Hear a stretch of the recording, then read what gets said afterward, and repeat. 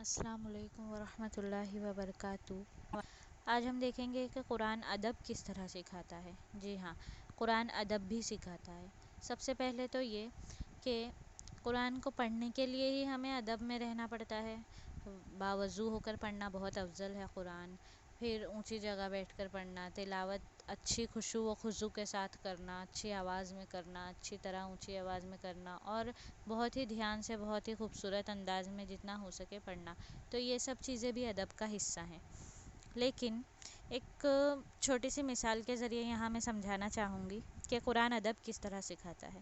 لیکن ایک بات یاد رہے کہ ادب ہو یا کوئی بھی چیز ہو، دین کی یا دنیا کی، سیکھنے والوں کے لیے، ہدایت والوں کے لیے ہی ہے ساری مثالیں، اور جو نہیں سیکھنا چاہتے، جن کے دلوں پر پردہ پڑ گیا ہے، جن کے عقلوں پر جھلی آ گئی ہیں، ان کے لیے کوئی مثال یا ان کی خود کی زندگی کا کوئی واقعہ، کوئی حادثہ انہیں کچھ نہیں سکھا سکتا۔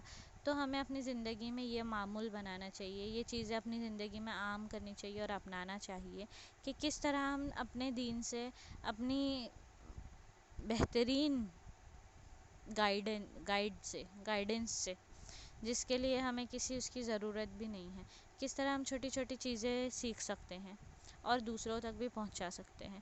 جب ہم خود سیکھیں گے، ہم خود سمجھیں گے، سمجھنے کی کوشش کریں گے، تبھی ہم دوسروں تک اسے پہنچانے کی چاہ رکھیں گے۔ تو اب یہاں چھوٹی سی مثال ایک یہ ہے کہ قرآن ادب کس طرح سکھاتا ہے۔ ایک مرتبہ ایسا ہوا کہ جناتوں کی ایک چھوٹی سی جماعت تھی جو وہاں سے گزر رہی تھی کہ آپ صلی اللہ علیہ وسلم، تمام درود و سلام ان پر، قرآن کی تلاوت کر رہے تھے۔ تو انہوں نے جب قرآن سنا تو وہیں کے وہیں رک گئے، جم گئے، آگے نہیں بڑھے کہ یہ اتنی خوبصورت تلاوت کی آواز کہاں سے آ رہی ہے۔ ٹھیک ہے، کھڑے رہ گئے۔ جب قرآن پڑھنا شروع ہوا اور جب قرآن پڑھا جا چکا، آپ صلی اللہ علیہ وسلم نے جب قرآن پڑھ لیا، تلاوت مکمل کر لی، تو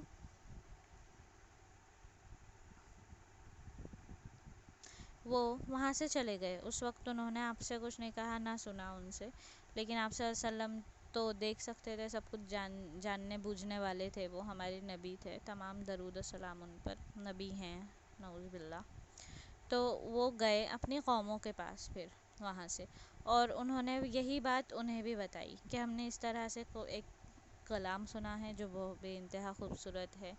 یعنی کہ وہ مسلمان بھی ہو گئے اور داعی بھی بن گئے، یعنی کہ وہ خود تو مسلمان ہو گئے تلاوت سنتے ہی، اور ہدایت کرنے والے بھی بن گئے، دوسروں تک پیغام پہنچانے والے بھی بن گئے۔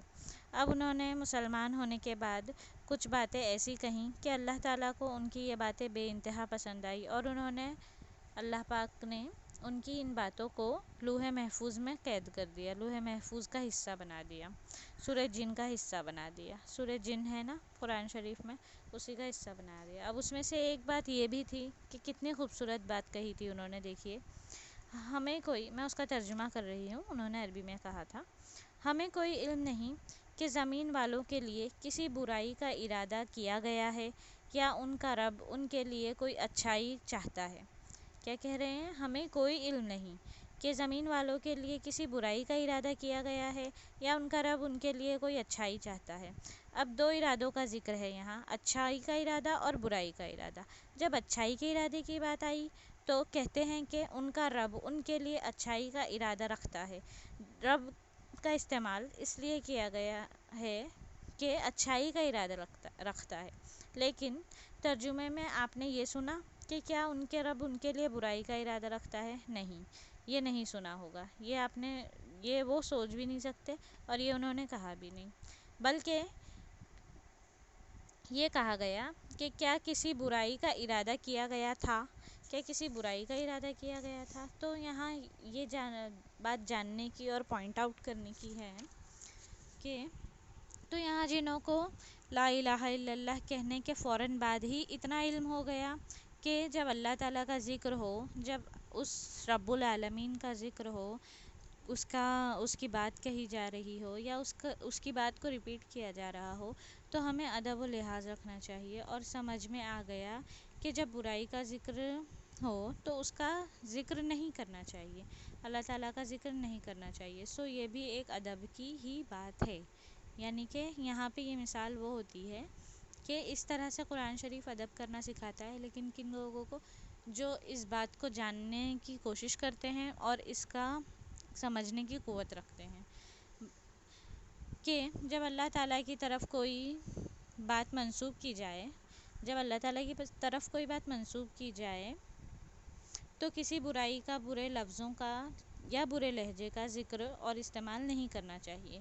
یہ ہے ایک ادب کی بات۔ اور بے شک اللہ تعالیٰ تو کل کائنات کے مالک خالق ہیں، ان سے بڑا تو کوئی نہیں ہے۔ ہمیں تو اسکول میں بھی یہ چیز سکھائی جاتی ہے کہ اپنے بڑوں سے، اپنے چھوٹوں سے ادب سے پیش آؤ، تو پھر وہ تو قرآن ہے، وہ تو اللہ تعالیٰ ہے، تو ان کے لیے تو بے شک ہمارا حق ہے اور ہمارا فرض ہے۔ حق تو اللہ تعالیٰ کا ہے کہ ہم اس کے ساتھ ادب سے پیش آئیں، اور ہمارا فرض ہے۔ لیکن انسانی اللہ تعالیٰ کو ساری مشکلوں کے لیے میں ہی ملتا ہوں یا میں ہی ملتی ہوں کیا، میرا فلاں کام نہیں ہو رہا، پتہ نہیں اللہ کب کریں گے، یہ وہ، تو یہ بھی ایک بے حرمتی ہے۔ یہ بھی اللہ تعالیٰ کی طرف ایک وہ ہے کہ کیوں نہیں کر رہے، جب کہ ہم سب جانتے ہیں، ہمارے دین کا یہ حصہ ہے کہ بہترین فیصلے کرنے والوں میں سے ہے اللہ پاک۔ اللہ تعالیٰ کسی جان پر اس کی بوجھ سے زیادہ، اس کی برداشت سے زیادہ بوجھ نہیں ڈالتا ہے۔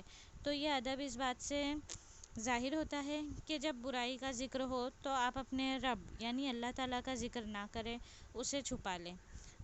ہمیں چاہیے کہ قرآن کی اس خوبصورت بات کو ادب سے پہچانیں اور اس ادب کو اپنے اندر لانے کی کوشش کریں، اپنے زندگی کا حصہ بنائیں۔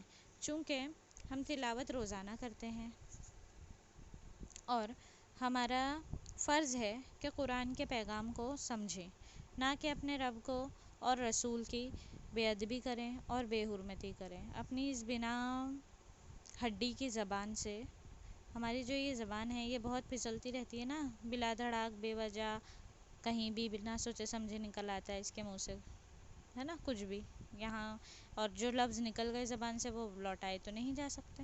اس لیے ہمیں چاہیے کہ ہم جب بھی بولے، سوچے تو سوچ سمجھ کر بولے، اپنی زبان پہ تھوڑا قابو رکھے، اور جب بھی اللہ اور اس کے رسول کا ذکر ہو تو ادب سے پیش آئیں۔ اس کی طرف کوئی شکایتیں کرو لیکن جا نماز پہ بیٹھ کے اکیلے میں کرو، یہ نہیں کہ دنیا جہان میں ہم ڈنڈورا پیٹتے پھر رہے ہیں کہ اللہ تعالیٰ نے بڑی مشکل میں ڈال رکھا ہے، ہمارا یہ کام نہیں ہو رہا، پتہ نہیں کب ہوگا، فلاں فلاں وغیرہ۔ تو جب جناتوں کو اتنا خیال ہے تو ہمیں بھی تو ان باتوں کا خیال ہونا چاہیے نا، رکھنا چاہیے، کیونکہ جناتوں سے زیادہ حق ہے ہمارے پاس، ہماری فیسلٹیز، ہمارا سب کچھ بہت زیادہ ہے جناتوں سے، تو ہمارے فرائض بھی زیادہ ہے۔ جب کسی کے پاس حق، اتھارٹی زیادہ ہوتی ہے تو اس کے فرض بھی تو زیادہ ہوتے ہیں، اس کی ذمہ داری بھی زیادہ ہوتی ہے۔ اس لیے ہمیں چاہیے کہ ہم قرآن کی خوبصورتی کو اور اس بات کو اپنے اندر اپنائیں اور اس سے چھوٹی چھوٹی چیزیں سیکھنے کی کوشش کریں اور ادب سے پیش آئیں۔ یہ تو ہماری اسکول کا، ہماری اکیڈمک ایئر کا بھی حصہ ہے، اور ہمارے دین کا حصہ تو ہے ہی کہ بڑوں سے اور چھوٹوں سے ہر کسی سے ادب سے پیش آؤ۔ تو اس بات کو اپنی زندگی کا معمول بنانے کی کوشش کریں کہ جب بھی اللہ تعالیٰ کا، اپنے رب کا اور رسول کا، رسول صلی اللہ علیہ وسلم، تمام درود و سلام ان پر، ان کا ذکر ہو تو اچھے سے اچھے الفاظ استعمال کریں، اپنی زبان کو شیریں مٹھاس سے بھر لیں، اور جتنا زیادہ ہو سکے عزت سے مخاطب کریں، عزت سے منسوب کریں۔ اور جزاک اللہ ورحمۃ اللہ وبرکاتہ۔ السلام علیکم ورحمۃ اللہ وبرکاتہ۔ آج ہم دیکھیں گے کہ قرآن ادب کس طرح سکھاتا ہے۔ جی ہاں، قرآن ادب بھی سکھاتا ہے۔ سب سے پہلے تو یہ کہ قرآن کو پڑھنے کے لیے ہی